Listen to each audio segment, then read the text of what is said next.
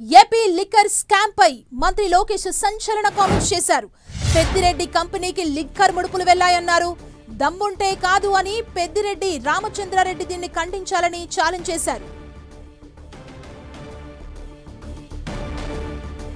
AP liquor company 400 కిలోల బంగారం కొనుగోలు చేసిందన్నారు. ఆ బంగారం ఎందుకు కొన్నారు, ఎక్కడికి వెళ్లిందని ప్రశ్నించారు మంత్రి లోకేష్. మద్యం అమ్మి ముందల బాబుల్ని చంపేస్తున్నారు.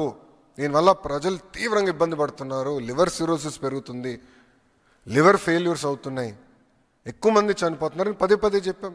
రెండోది బ్రాండ్ కిల్లింగ్ చేస్తున్నారు అని మేము చెప్పాం. ఇప్పుడు జెనసిస్ ఏంటి కేసుని మొత్తం brand killing. There is a very well laid out protocol.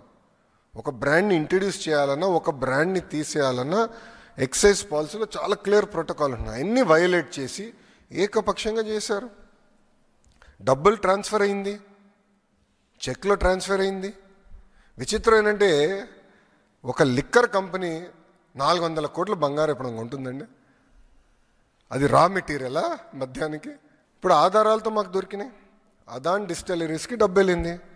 అదాన్ distilleries నుంచి పిఎల్ఆర్ కన్స్ట్రక్షన్కి డబ్బులు వెళ్ళినాయి వితౌట్ ఎనీ అగ్రిమెంట్.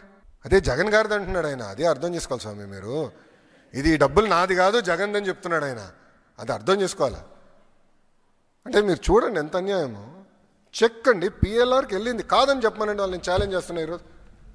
పాపాల పెద్దిరెడ్డిని నేను ఛాలెంజ్ చేస్తున్నాను. రాలేదని చెప్పమనండి, ఐఎమ్ ఛాలెంజింగ్ హిమ్.